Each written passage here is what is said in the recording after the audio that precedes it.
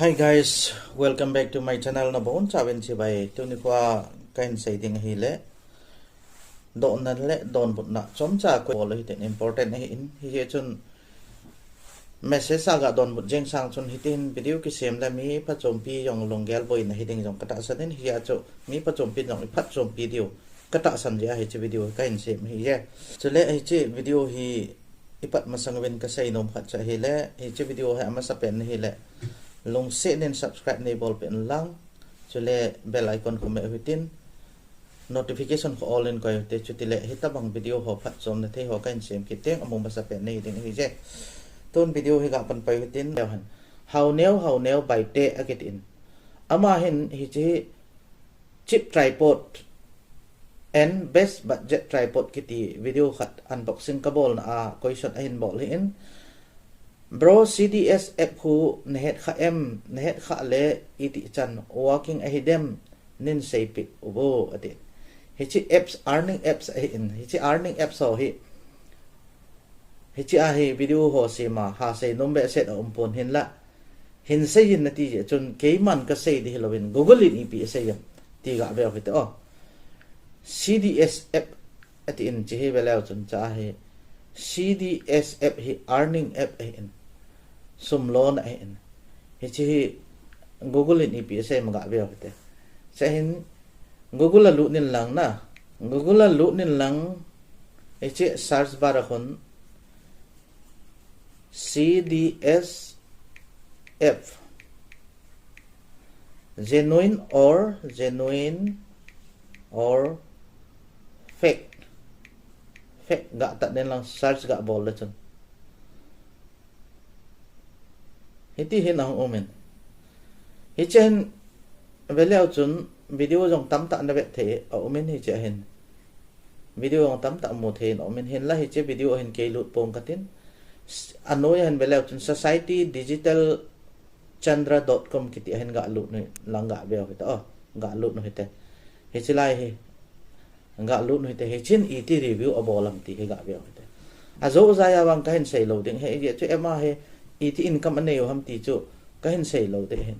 ye chu fake hi ham it chan chi ding ham ti ho chu a sei nei ga be tin hi chen ga be la han CDS app real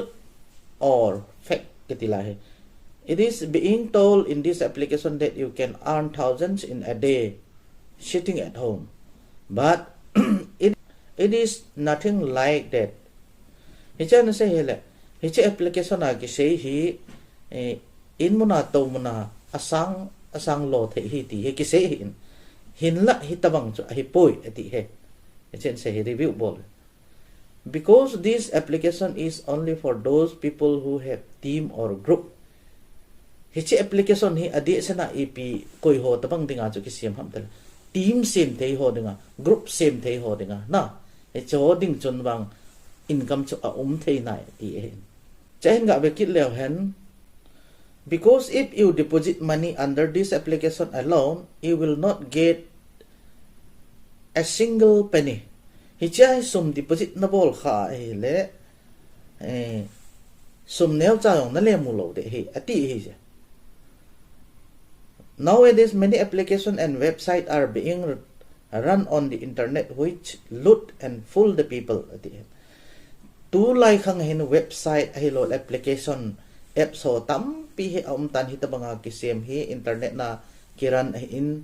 hi chuan mi ho hi achom na mi ho achoma chule mi ho hi a he phla ti dia angol bol ti ute na angol bol ga mo hi tai ti hin this is also one of the application which make false promise of giving money to people sele hichi apps hin kitile application hin zo abol hi ti sum kape ding ni veti ami hi zo wa abol hi ti this application is 100% fake ati jeng he che society digital chandra hin hichin 100% fake hi ati hi ken ka sai hi lo hichi society digital chandra hin website hin ase hi ja ama ho review bol ai 100% fake ai ti If you are thinking of earning money through this application, then do not do this at all. Hi chi application na hin som tam ta mong katin tam ta lo do ngen ti a hele bol hi be ni cho hi ti hi je. Otherwise, you can be a victim of a big problem. Ahilawa nabol kha ahile nang ma chun hi chi application naman jeng din hin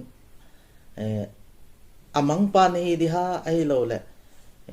nasata somlapai namo man bep sevting phat rong na pe mang ding ahi tin ahi je ye chun hitabang ho app so hi ep seiwam tal khol to masak ding chdo teng labo bol ding hi ti hi. What is CDS? What is CDS app? Through this application, you can easily withdraw expenses while sitting at home. This application is being operated through both website and app. It is being said that through this application, you can earn thousands of rupees daily, but it is not possible. Hichi application you can easily withdraw your expenses while sitting at home. Na expense ho jong by lam ta nang man withdraw na ki bol the hi ti hi chi application hi website na jong uma app sa jong uma hin chen la hi chi a ki sei hi pi ham ti a hele hi chi application na ko na hi chi app sa ko na hi sang ni si a na lo the hi ti hi a hin la hi chi chu a hi thei thil ai poi ti hi chele Hichi application this application has been made fake so that people can be looted. Hichi application ahong kisim dan hi adi lo fake na ai in mi ho chom na dinga kisim hi ti hi. Hi chun hichi fake application hi ti he. Hichi chu ui chan chu sei wi tin na I chan chi di wang ken rong ka sei thei pon tua societydigitalchandra.com in asay dandong zuya cho kay man jong kahin vet sawa kahin se in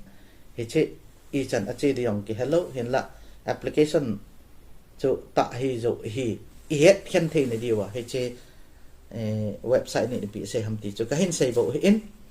hitabang income bol na thei mu na thei application ho hi nalut masangin na bol masangin min nain thot jong le nang man Pateta internet ho aki khol to tadin lang suspicion naneya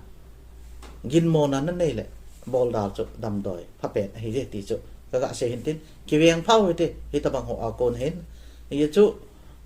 azol nung lut tan hen bola sum draw ding hi ting na hen draw thei lawa ai lo le sum na draw thei tai draw thei na na te ai mang nong interest wa nang ma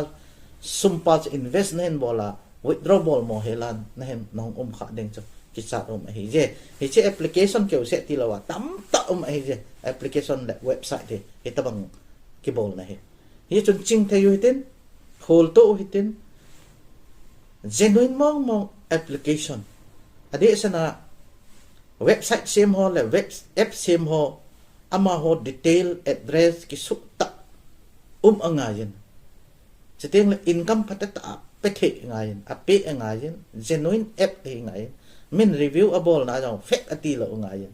hi cho application ho hi vechilute ti na hin chan chuan lang se cho next video le ki mo to taw te ole tata bye bye